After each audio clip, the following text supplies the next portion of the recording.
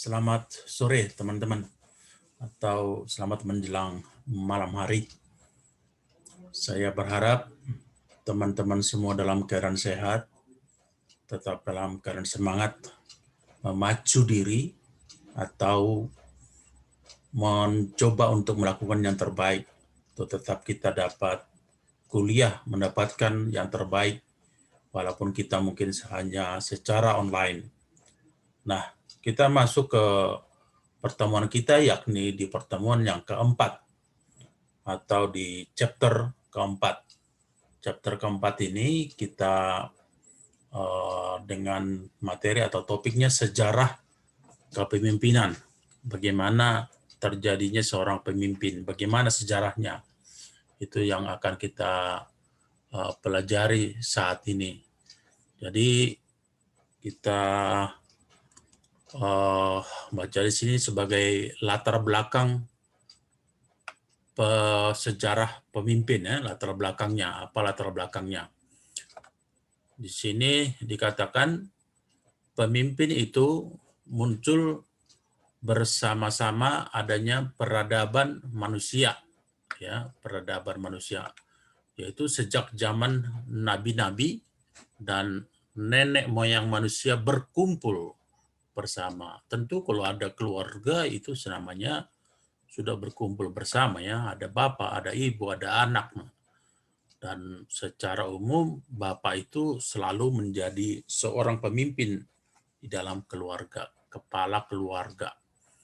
Tapi kalau lebih dari sana, ada beberapa keluarga, tentu dibutuhkan juga seorang pemimpin dari antara beberapa orang tersebut. Makanya dikatakan di sini, lalu bekerja bersama-sama untuk mempertahankan eksistensi maksudnya keberadaan hidupnya, menentang kebuasan, tentu kalau zaman dulu, ya, kebuasan binatang, hewan, dan juga bahaya dari alam sekitar.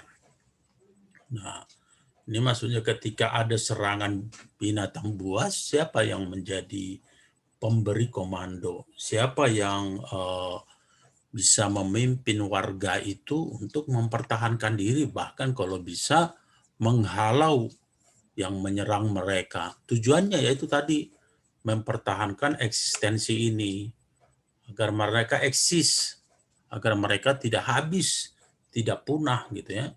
Dan juga mungkin oleh alam sekitar. Kalau kita memperhatikan, ya, umpamanya kita menonton mengenai manusia purba zaman dulu, kadang-kadang mereka juga ada pengetahuan mengenai alam, di mana mereka harus berkemah, kapan mereka harus berpindah, itu mereka punya pengalaman dan menurut saya pengetahuan, sehingga mereka di sini survive, bisa eksis, survive, ya. Jadi untuk itu mereka membutuhkan seorang pemimpin. Ini latar belakangnya. Sejak itulah terjadi kerjasama antar manusia. Jadi kepemimpinan itu atau dalam satu kelompok itu dibutuhkan kerjasama dan ada unsur kepemimpinan. Saat itu pribadi yang ditunjuk adalah orang-orang yang paling kuat, ya, yang menjadi seorang pemimpin itu yang paling kuat secara fisik, secara otot jadi kuat. Biasanya makanya yang lahir itu kan kadang orangnya yang besar, ya, walaupun tidak menjadi ukuran. Kemudian yang paling cerdas, mengetahui banyak hal dan cerdas, wise, gitu ya. Jadi pintar juga. Kemudian yang berani, ya, berani. Makanya kadang-kadang kalau seorang pemimpin itu bisa berdiri di depan ketika mereka mempertahankan eksistensi. Dia berdiri paling depan. Dan itulah yang dilakukan oleh Alexander Agung ketika dia menaklukkan hampir 2/3 bumi ini. Dia masih berumur 30-an gitu, tapi sudah bisa menaklukkan banyak bangsa. Padahal dia masih muda, karena dia memang belajar juga, makanya dia kuat. Di sini kuatnya, dia belajar pedang juga, Kemudian dia cerdas. Cerdas karena memang gurunya dia juga adalah seorang filsuf, muridnya Plato. Ya, kemudian bukan, maksud saya dia muridnya si Plato itu yang ngajarin dia, bukan si Platonya langsung ya. Kemudian dia juga pemberani. Makanya ketika berperang dia selalu di depan, serbu di depan. Dan kematiannya juga ketika di India juga dia di depan dipanah, kena panah ya. Nah, ada tulisan yang bernama Kautilya dengan tulisannya Arta Sastra. Udah berapa tahun ya? 321 tahun sebelum Masehi. Berarti sekarang kan 2000, tahun 2021. 2021 setelah Masehi. Berarti 2342 tahun yang lalu udah dituliskan ini Arta Sastra. Menuliskan ciri-ciri seorang perwira yang ditunjuk seorang pemimpin adalah satu, ya, dikatakan pribumi, lahir dari keturunan luhur, ya.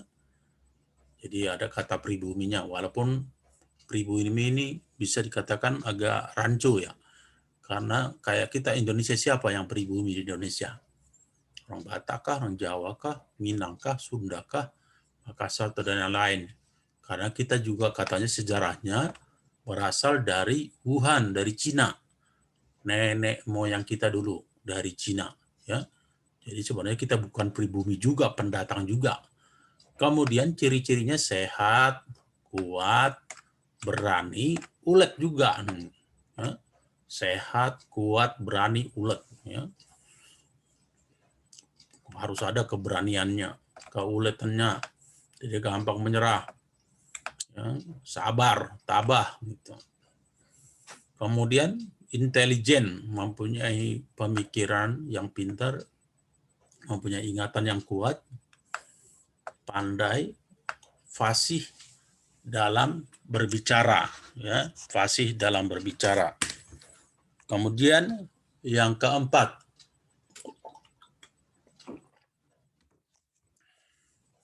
punya watak murni, maksudnya orangnya jujur gitu, murni. Tidak ada embel-embel yang lain, tidak ada latar belakang atau mengambil keuntungan diri sendiri. Kemudian sifat-sifat utama dari pemimpin atau perwira tersebut yaitu penuh kebaktian, berbakti pada raja atau kepada kaisar atau kepada negara. Kemudian taat pada kewajiban, ya, tidak gampang mungkar atau mangkir. Kemudian punya harga diri, ya, harga diri yang kuat, ya. Kemudian kokoh dalam pendirian, tidak gampang pelin-pelan atau apa kata orang, ISIS ya katanya, ikut sana ikut sini. Kemudian memiliki antusiasme, ya, antusias itu maksudnya keinginan tahuan yang banyak. Kemudian bijak, ya, bijaksana, mempunyai visi dan misi, melihat jauh ke depan, tidak hanya memikirkan besok, tapi bagaimana berapa tahun ke depan, ya, punya visi. Ada orang dulu, Nelson Mandela itu kan di penjara selama 27 tahun.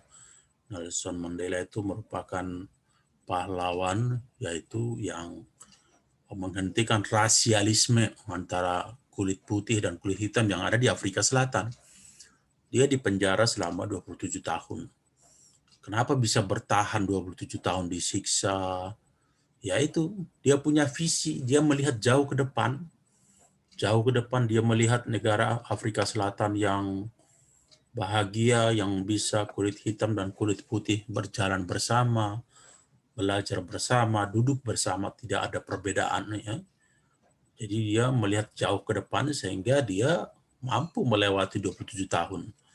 Kalau kita jangan-jangan hanya 27 hari aja sudah keok gitu kan, sudah tidak ada semangat lagi. Kita aja sekarang dengan COVID ini udah setahun lebih, setahun ya, 27 tahun. Padahal kita nggak di penjara, cuma memang di rumah ya. Itu aja kita merasa ada kebosanan. Yang kelima, ramah ya, ramah tamah, bisa ya, ramah tamah, baik hati, kemudian sopan ya, berbicaranya sopan, tikanya sopan. Kemudian terampil ahli dia, karena dia terlatih baik ya dalam bidang seni ya. Perlu pemimpin itu mengerti seni. Kenapa? Karena katanya kan seni itu sesuatu yang jujur gitu loh, dan juga bisa memberikan kekuatan hati, ketenangan jiwa dari bidang seni. Makanya kalau zaman dulu itu seperti siapa itu, Da Vinci Code itu, yang siapa yang buat itu saya lupa namanya. Da Vinci Code itu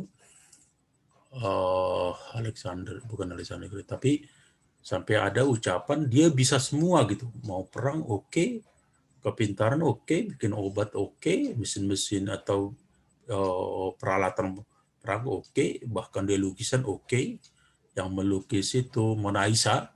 Sehingga ada pernyataan orang, bukan apa yang dia bisa, apa sih yang dia tidak bisa gitu, karena dia bisa di banyak hal gitu.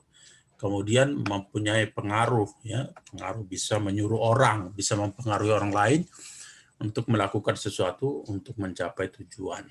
Tentu tujuan dari pembuat keputusan atau tujuan yang memimpin.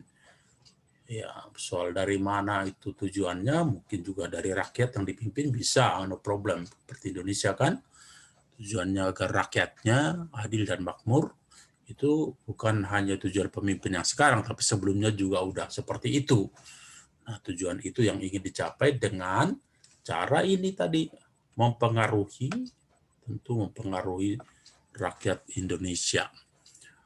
Apa sih sebab munculnya pemimpin? Ada teori yang menonjol dalam menjelaskan kemunculan pemimpin, ya, kemunculan pemimpin. Yakni teori genetis, kemarin di tugas sudah disinggung ini ya, teori genetis menyatakan sebagai berikut. Pemimpin itu tidak dibuat, ya, tidak dilatih, tidak diciptakan, tetapi jadi dari kelahirannya di bumi ini sudah ada talenta menjadi seorang pemimpin. Kemudian lahir dari bakat-bakat alami yang luar biasa sejak lahirnya di bumi. Ya. Ini pendapat tentu yang disebut teori genetis ya, bahwa sebenarnya pemimpin itu bukan dilatih, bukan dididik, bukan disekolahkan. Kalau kita ini kan sekolah atau kuliah itu nanti kan bercita-cita juga jadi seorang pemimpin. Paling tidak pemimpin di dalam departemen, atau pemimpin dalam keluarga, pemimpin dari kelompok-kelompok kecil. Nah, kita dididik. Kalau yang ini bukan dididik, tapi memang sudah lahir. Ada orang-orang seperti itu. Coba kalian pikirkan, satu apa dua orang. Orang-orang yang lahir itu secara genetika lah ya. Secara genetika. Jadi ketika lahir, udah menjadi punya talenta, punya bakat untuk menjadi seorang pemimpin. Kemudian yang teori genetis ini, dia ditakdirkan lahir menjadi pemimpin dalam situasi kondisi bagaimanapun juga yang khusus ya. Jadi apapun kondisinya, dia sudah lahir menjadi seorang pemimpin. Oke, yang B, teori sosial ya. Ini teori yang berlawanan dengan yang tadi, yaitu teori genetis. Kalau teori sosial menyatakan sebagai berikut. Pemimpin itu harus disiapkan, ya, disekolahkan, dididik. Kalian seperti kalian ini dari SD sampai sekarang sudah berapa tahun kalian dididik ya? Jangan-jangan hampir separuh dari umur kita itu untuk belajar.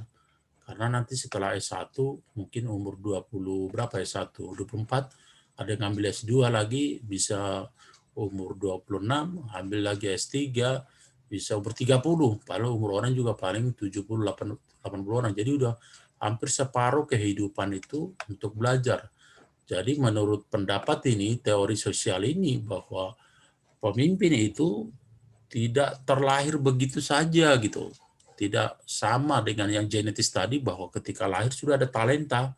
Tapi di sini dikatakan bahwa seorang pemimpin itu perlu disiapkan. Ini seperti yang terjadi bagi pangeran-pangeran ya. Jadi dia memang sudah dari sananya ada keturunan raja, kemudian dididik lagi, disiapkan lagi ini.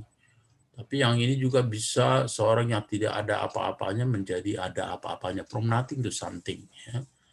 Jadi setiap orang bisa menjadi pemimpin kalau menurut pendapat ini kan, kalau disiapkan, dididik, dilatih, dibentuk. Ya, jadi setiap orang menjadi pemimpin pendapat ini. Berarti kita ini, keahlian ini semua bisa menjadi seorang pemimpin melalui usaha. Ada usaha penyiapan, pendidikan, dan didorong oleh kemauan sendiri. Ya, entah itu kemauan sendiri atau orang lain, tapi ada kemauan, ada keinginan untuk menjadi seorang pemimpin. Yang C, teori psikologis atau sintetis muncul sebagai reaksi dari kedua teori tersebut terlebih dahulu, menyatakan bahwa seorang akan sukses menjadi pemimpin bila sejak lahirnya dia telah memiliki bakat. Ada sini katakan bakat kepemimpinan, dan bakat-bakat ini sempat kemudian dikembangkan, ya, pengalaman, pendidikan, dan juga tuntutan lingkungan ekologisnya. Jadi maksudnya, kalau tadi yang pertama dikatakan di teori genetis, pemimpin itu sudah lahir karena sudah ada bakatnya sejak lahir. Kemudian di sini, di teori sosial, pemimpin itu dikatakan disiapkan, dididik, dibentuk, dilatih, disiapkan, ya, ada penyiapan, ada pendidikan, serta didorong. Nah, sementara teori yang ketiga ini, teori psikologis adalah kombinasi antara A, teori genetis, dan B, teori sosial. Dan menurut saya inilah yang terbaik itu. Dia sebenarnya sudah punya potensi, sudah punya bakat, sudah punya talenta, kemudian dilatih lagi. Nah, jadilah seorang yang pemimpin yang sangat bagus seperti itu. Kemudian pemimpin dan sifat-sifatnya. Di sini dikatakan perkataan pemimpin atau leader mempunyai beberapa macam pengertian. Satu, pemimpin adalah seorang pribadi yang memiliki kecakapan, kelebihan di satu bidang hingga dia mampu mempengaruhi orang-orang lain untuk melakukan bersama-sama, melakukan aktivitas tertentu demi pencapaian satu atau beberapa tujuan, ya. Jadi katakan di sini dia mempunyai kepintaran, kecakapan, kelebihan.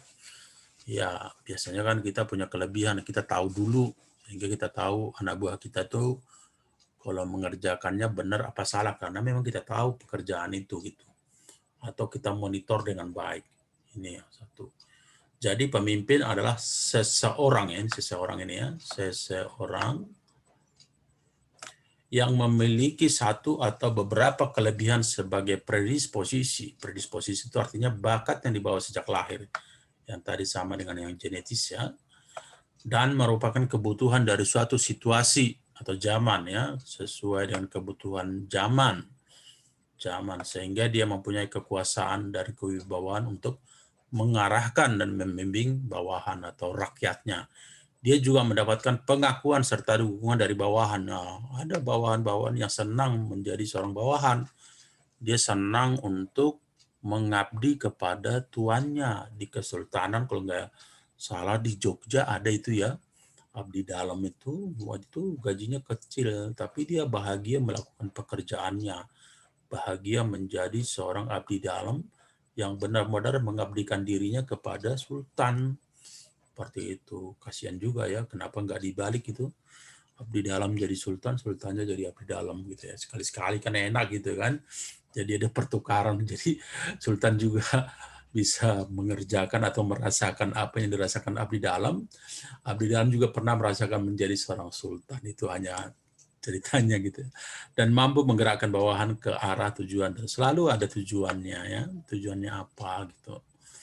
Jadi harus dicapai tujuan itu.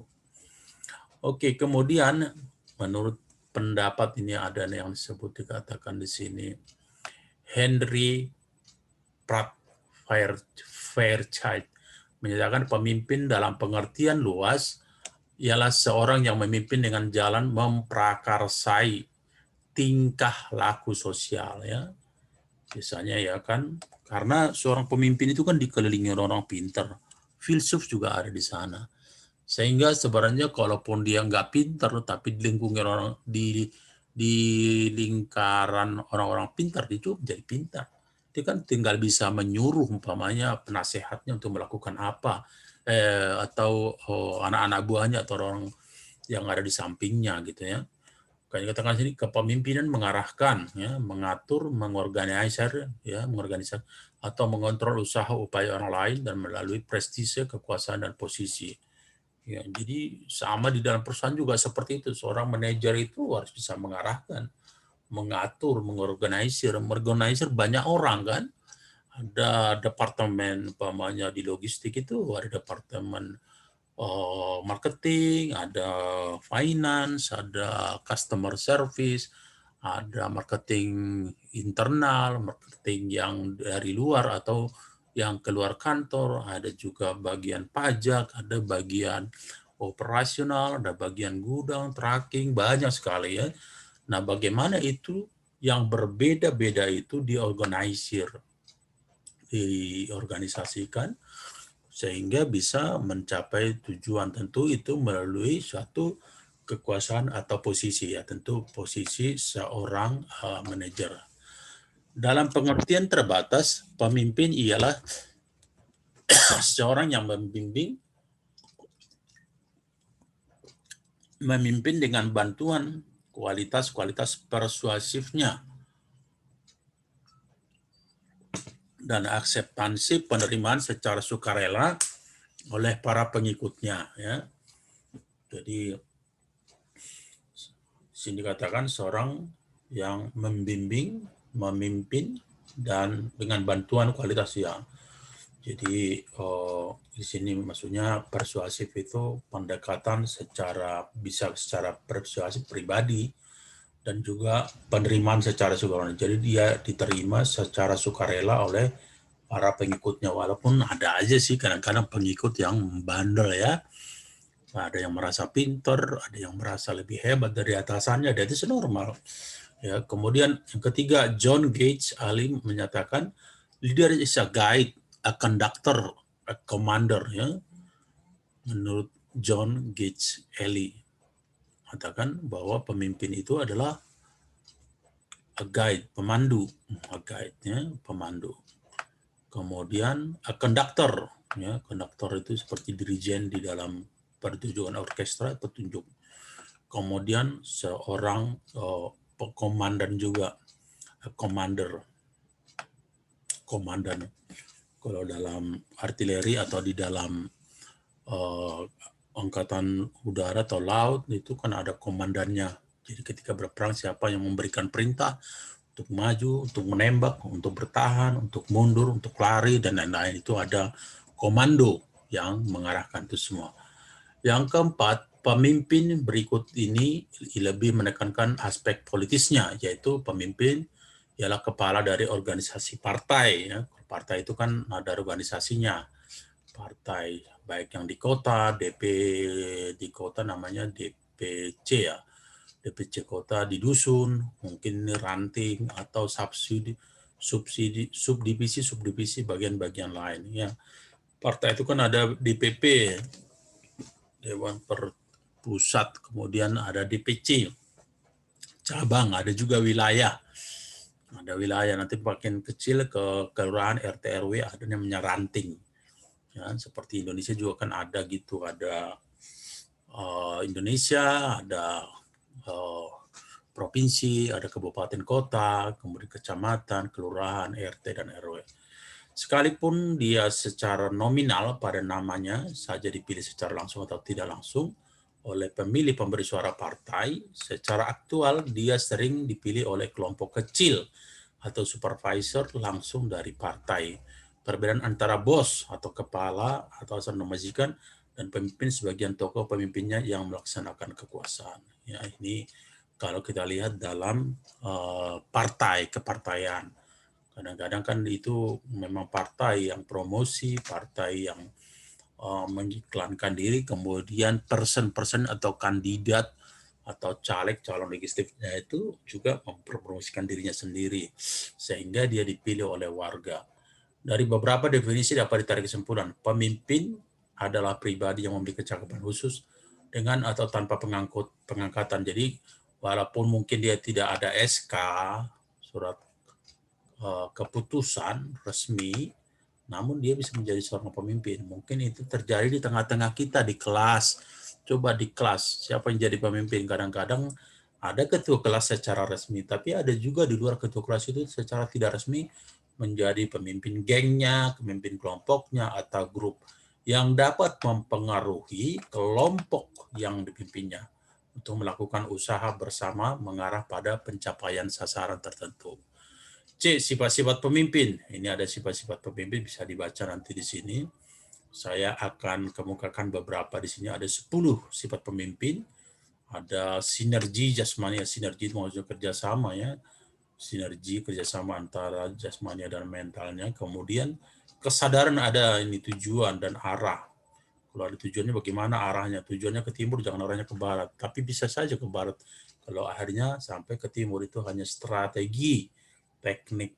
Antusiasmenya mempunyai semangat, gairahnya. Biasanya orang punya semangat itu dengan kegembiraan yang besar itu, orang itu bisa mencapai apapun yang dia impikan.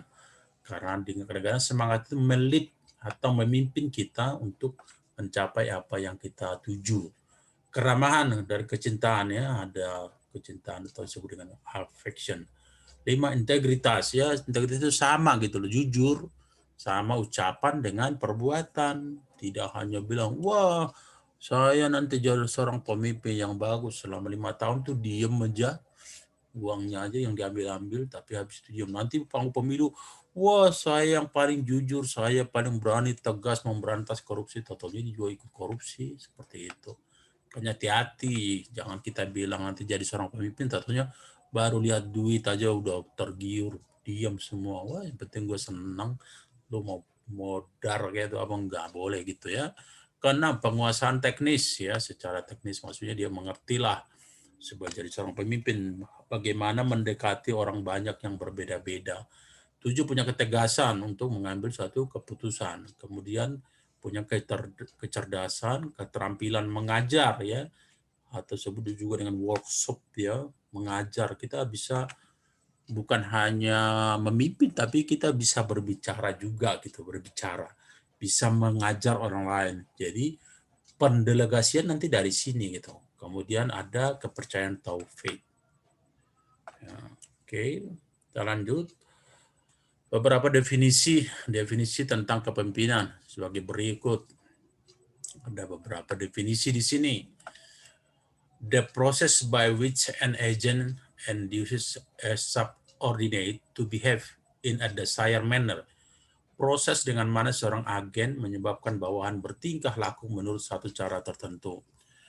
Yang pertama, Ortweighted dalam bukunya The Art of Leadership menyatakan apa ya namanya, the art, memang seni ya, memimpin itu sebuah seni, sebuah kemampuan orang untuk memimpin berbagai macam orang gitu loh. Ada yang pintar, ada yang rajin, ada yang bodoh, ada yang malas, ada yang banyak alasan, ada yang banyak tingkah, ada yang banyak ngomong, ada yang banyak bicara, ada yang tidak pernah bicara tapi kerja terus, itu macam-macam. Jadi itu menjadi suatu art gitu ya, suatu seni, ya kan?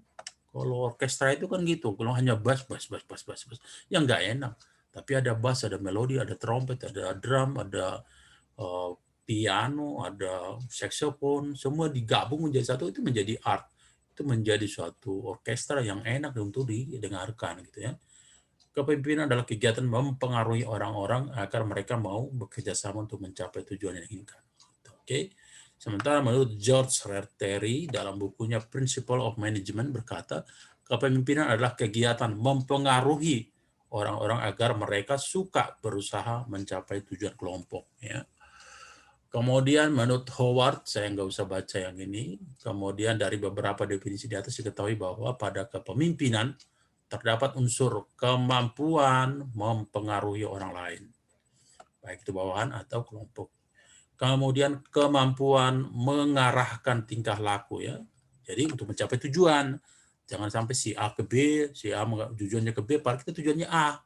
Nah, kadang-kadang makanya ada istilah kalau dalam satu sampan, kalau sampan itu udah 10 orang gitu, sampan itu mendayung satu tujuan, ada satu orang tidak mau tujuan itu, tujuan sebaliknya itu yang berbeda, Makanya disilakan daripada kalian tenggelam satu sampan, mending yang satu orang itu dikeluarkan gitu, agar kita cepat gitu. Jadi take it or leave it katanya.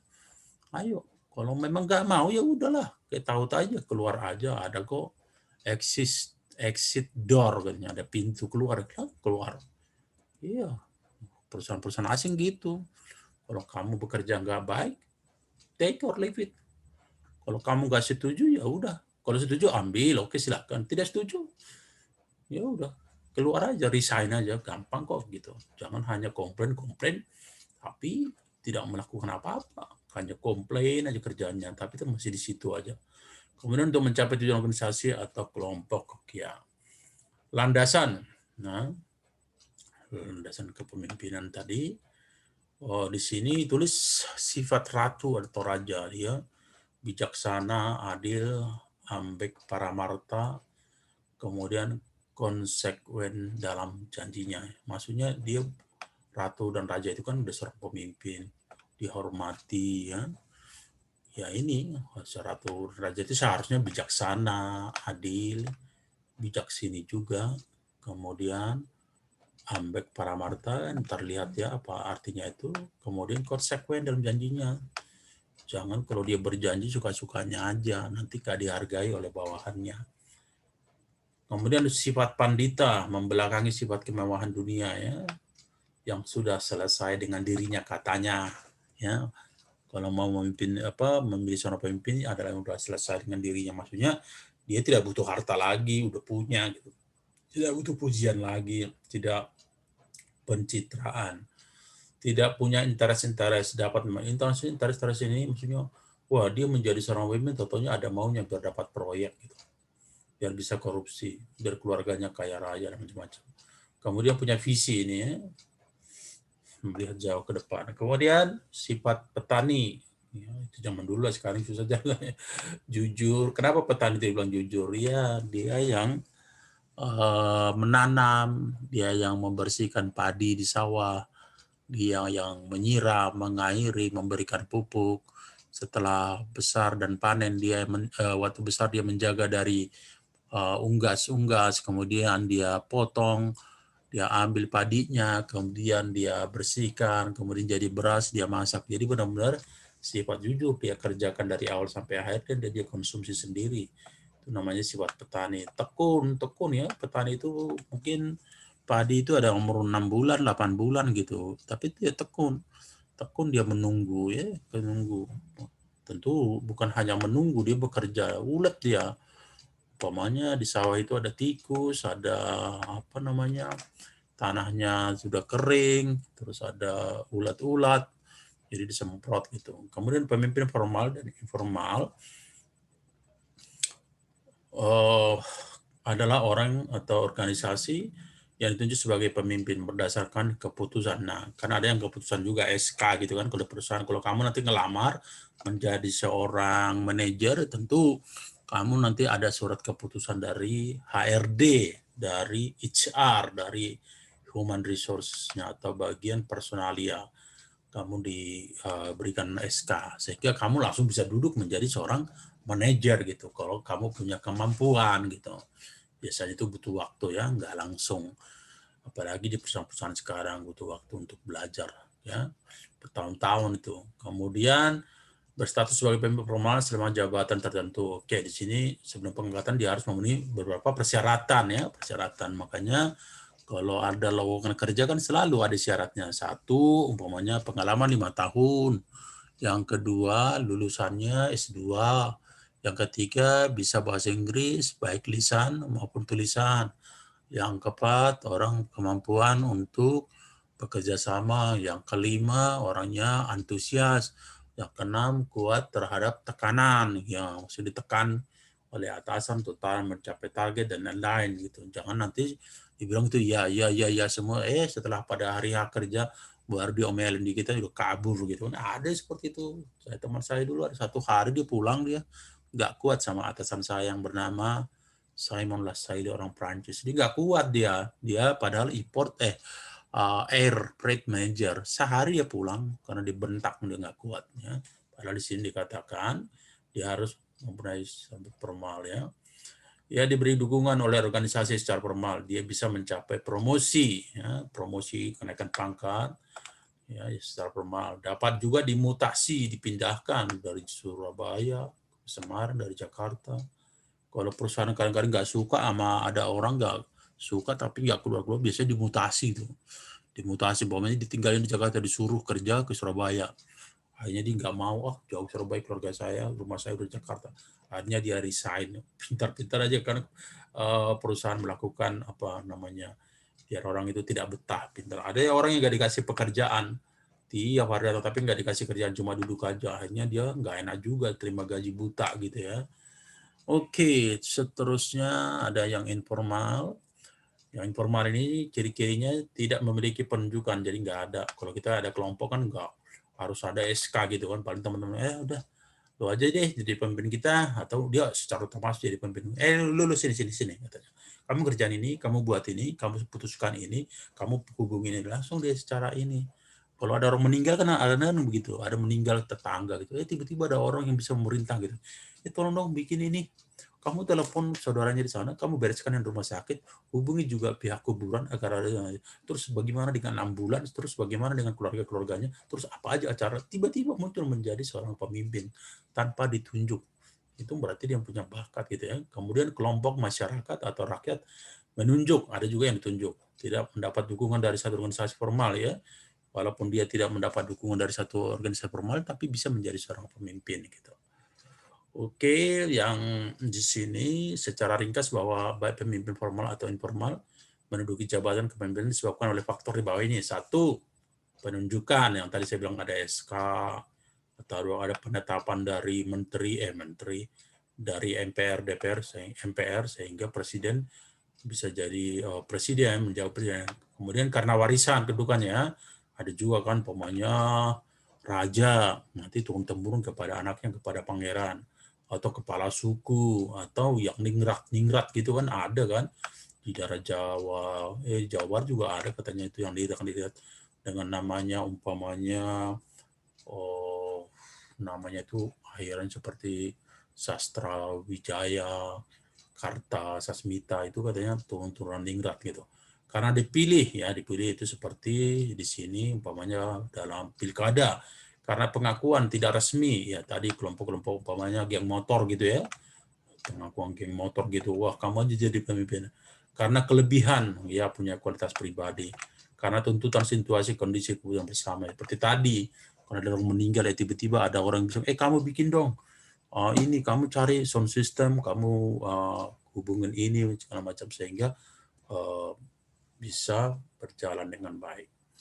Baik, itu aja dulu pertemuan kita, karena kita memang dibatasi untuk Zoom, sehingga ini saya rekam, dan nanti tolong dibuat ringkasannya dan di WA ke saya ya. Dan jangan lupa tulis nama, buat aja ringkasannya tulisan kamu agar kamu ada ingat ya. Baik, terima kasih. Sampai di sini pertemuan kita. Semoga kita tetap dalam keadaan sehat, menjaga prokes atau protokol kesehatan, dan sampai ketemu minggu depan.